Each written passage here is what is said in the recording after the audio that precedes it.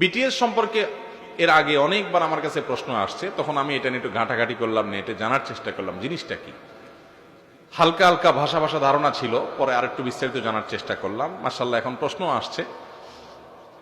BTS হলো, আপনারা যুবকরা অনেকেই জানেন, এটা হলো কোরিয়ান একটি ব্র্যান্ড। যারা গান করে, কিছু পোলাপান, ইয়াং তরুণ, তারা মূলত গান করে।